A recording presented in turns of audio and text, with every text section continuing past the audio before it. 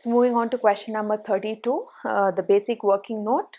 Here we have the complete income statement starting from sales to ending to EPS. So the given details of the existing capital of the question are equity, debenture, loan and preference share capital. Now equity share capital, the amount is 10 lakh rupees. How many equity shares do they have? 1 lakh equity shares. Next, 8% debenture at rupees 10 lakh. We need to find out the interest. 8% on 10 lakh, 80,000 is the interest paid. Next, 10% is the loan taken. So again for loan we have to pay interest. Amount is 10 lakh. Interest is 10% on 10 lakh rupees 1 lakh. So total interest payment is 80,000 plus 1 lakh, 1,80,000 rupees. Total interest paid is 1,80,000. Preference share of rupees 5%, amount is rupees 1 lakh. Total is preference dividend is 5% on 1 lakh, 5,000 rupees. So these are the three different expenditures that we have found out. Under income statement we find we write once, right? EBIT minus interest. So you can club it 80,000 plus 1 lakh, you can club it. You can write it as 1,80,000 rupees. Next up, let's look at the additional information. They have given us cash sales as well as credit sales. So both these we have to account as sales. So consider both cash and credit sales. So total sales is going to be 40 lakh rupees. And then we have cost of raw material, which is rupees 5 lakh, that will directly account to variable cost. And then labor cost and chargeable expenditure. So all these three expenditure, raw material, labor and any chargeable expenditure will amount to variable cost. So until now questions we have found out directly how much is the variable cost amount they have provided. Here they have given us the subdivisions. Okay. The next step, admin, distribution, depreciation. These are all fixed costs. Irrespective of how much your sales increases or decreases, these costs are going to remain constant. Okay. So admin cost 1,50,000, distribution and selling 1,25,000, depreciation 75,000 rupees. So three variable costs and three fixed costs, and corporate tax is provided at 40%. Okay. So now let's start the income statement. So let's begin our income statement of question number 32. So there are a lot of details given. Just pay attention here. So we will begin with sales. Cash and credit sales I'm going to add up. So total sales is 40 lakh rupees, and then all the variable costs that I have deducted here, 5 lakh, 3 lakh, 2 lakh amounts to rupees 10 lakh. I have just made here two columns so that it's easy to total the amount. Okay. So 40 lakh minus 10 lakh earnings, that is contribution amounts to 30 lakh rupees, and then I deduct all the three different types of fixed costs, admin, distribution and depreciation, 3,50,000. Once I deduct that from contribution, I arrive at earnings before interest and tax, 26,50,000 rupees. Next, I deduct interest. As I told, either you can club it and write together 1,30,000, and you can show it separately. Debenture interest is 80,000 and loan interest is 50,000. Together it will come up to 1,30,000, and EBT is 25,20,000. Next, I deduct tax at 40%. The last thing given in the question is tax. 40% on 25 lakh 20,000, 10 lakh 8,000 rupees. So once I deduct that, earnings after tax arrive at 15 lakh 12,000 rupees. And then we deduct preference dividend at rupees 5,000, as we found out in the working note number 1. We arrive at earnings available to equity shareholders at 15 lakh 7,000 rupees. So that's the final earnings available to equity shareholders. Number of equity shares given in the question 1 lakh. EPS, earnings divided by number of equity shares. The EPS for the question is 15,000. The EPS of the answer is 15 rupees 0.07. 15.07 is the EPS for the question. So just make sure all the expenditures are properly allocated according to the heading. Okay.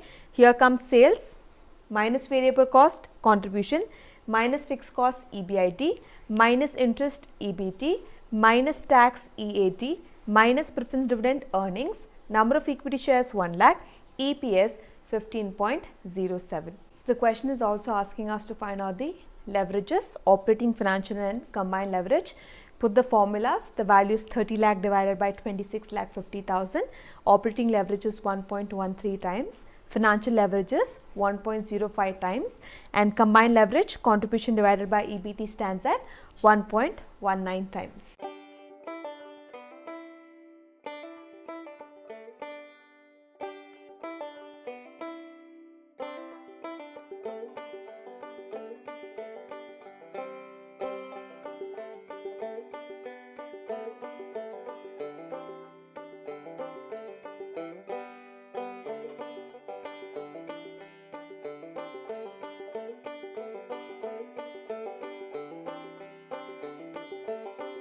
So moving on to question number 33. It's a very important question, quite tricky. So please pay attention.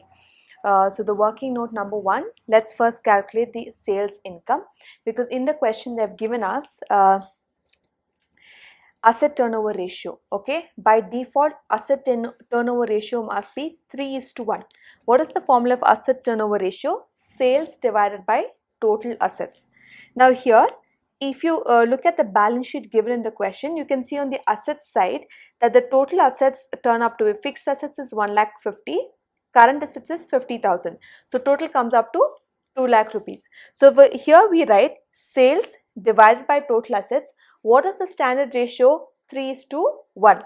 So I'm going to write sales 3 divided by 1. So do we know the sales value? We do not know, so we take it as X. Do we know the total assets value? Yes, given in the question 2 lakh rupees. So divided by 2 lakh equals to 3:1. So once I cross multiply this values, I get 3 into 2 lakh. Total sales value is 6 lakh rupees. So using asset turnover ratio, I am able to find out the sales value rupees 6 lakh. They also given the variable cost is 40% of sales. So we found out sales, we can find out the variable cost. 40% on sales. So 40% on 6 lakh is 2,40,000. So under working note number 1, we have found out two things: sales 6 lakhs and variable cost 2,40,000 rupees. So moving on to a second working note, that is the existing capital of the company. They have equity share capital at 10 rupees each, 60,000 rupees. So find out the number of equity shares, capital divided by price per share. We arrive at 6,000 equity shares, and then the company has 10% debenture, that is 80,000 rupees. So interest is 10% on 80,000. 8,000 rupees. So I have only written the expenditures, but the company also has other capital such as retained earnings of 20,000, current liabilities of 40,000. So these two we're not going to consider for the calculation of income statement. So therefore I am not written here. Then moving on to income statement. Starting with sales 6 lakh, variable cost 2,40,000, arrive at contribution at 3,60,000. Fixed cost 1 lakh is given in the question after the table first line. Earnings before interest and tax 2,60,000. Interest 8,000, we have just found out here in the working note 8,000. Then EBT 2,52,000. We deduct tax at 50%. Half of this is 1,26,000. We carry forward the same. The rest 50%, 1,26,000. And then preference dividend. Company does not have preference capital, therefore we do not have preference dividend. Same thing, I am going to carry forward 1,26,000. So EPS is earnings divided by number of equity shares. Number of equity shares is 6,000. 1,26,000 divided by 6,000 will give us 21 rupees. So the EPS is 21 rupees. Now the second part of the question, very important. If you have understood thus far, let's move to the second part. Calculate leverages and determine the likely level of EBIT. Now the leverages let's complete. So based on the income statement and the formulas of operating leverage, contribution divided by EBIT, you arrive at 1.38 times. Financial leverage, EBIT divided by EBT, 1.03 times, and combined leverage, contribution divided by EBT, 1.42 times. The second part is determine the likely level of EBIT if EPS is rupees 5. Calculate present EPS. Okay. Now here the question, we know from sales, and then we start from sales and end up EPS. The question is asking you the second part. Determine the level of EBIT. They are asking us to find out EBIT if EPS is rupees 5. So basically we have to do the reverse income statement. Okay, we start usually the other questions we used to start with EBIT and end with EPS. Now we have to do the reverse part because the answer of EPS is already given in the question. EPS is 5 rupees. They have already given the answer. Find out what would be the earnings of the company. So we need to do a reverse income statement stating these expenditures such as interest, tax percentage, and the other percentage or the expenditures will remain same. For example, tax 50%. So even when we are doing a reverse income statement, the tax will still remain 50%. Interest 8,000. Even when we are doing reverse income statement, 8,000 will be the interest paid. Is that clear? So let's start the reverse income statement. So this is the last part of question number 33. As we told, we are going to find out the EBIT because question is already found out EPS.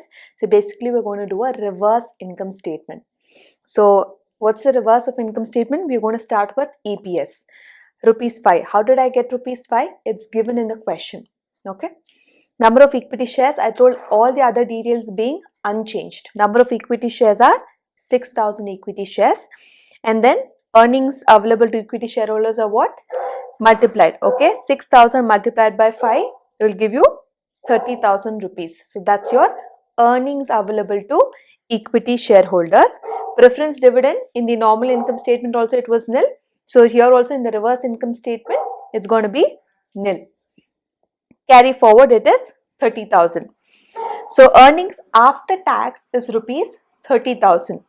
Remember, you need to add all the expenditure because as a reverse income statement, you need to add all the expenditure.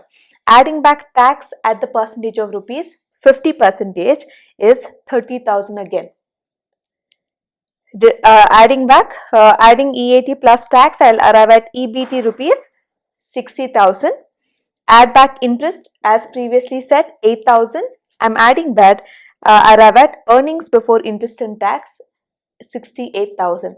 Now, if you're wondering how this calculation of 50% came, let me explain to you here. EBT is 60,000. I'm doing the normal way. This is reverse. EBT is 60%, 60,000 rupees. We always deduct tax at 50%, mostly what we assume as. That is 50%. So what comes after that has to remain 50%, correct? If EBT is 60,000, on EBT I am charging a 50%, correct? Tax 50% is on EBT. That means EBT must be 100%. Tax I am deducting how much? 50%. So 50% on 60,000 will give me 30,000. So the balance also is going to be 50%. 100 minus 50 will give us 50. So 60,000 minus 30,000 will give me 30,000. This is the same rule that I have applied over here. EAT is 30,000, that is 50%. If tax is 50%, then automatically EAT is going to be 50%, correct? So that's be 30 and 30. That's why it's going to be the same amount. So EBT, once I add 50% from 50%, this has to be 100. That is 30 plus 30, 60,000 rupees. So hope you have understood. I have done it in the usual income statement, this calculation, and also the reverse income statement. That is what the question is asking us. Find out EBIT if EPS is rupees 5. So when EPS is rupees 5, our EBIT stands at 68,000 rupees. Now if you're thinking, what if it's the other way around, okay? Now let's say if it's not 50%, let's say tax is 60%.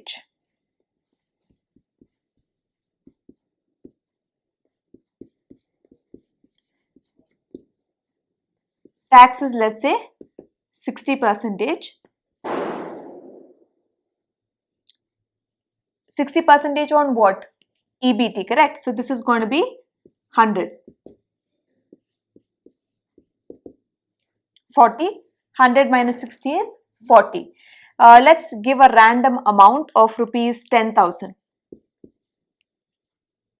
10,000 is EPD, just an example, because you will get a doubt. If it's 50%, it's easy to write equal amount. What if the percentage changes? Now 60% I've given. 60% on 10,000 is going to be 6,000. So the balance has to be 4,000, which is nothing but 40% of EBT. Okay, irrespective of the percentage changes, this calculation is going to remain same. EBT will always remain 100%. Whatever the tax percentage, 60, 50, 30, 20, whatever the tax percentage is, just minus that from 100. The remaining percentage is going to be your earnings after tax, which is EAT. Okay, so this was just your example. Right, hope you have understood. Question number 33.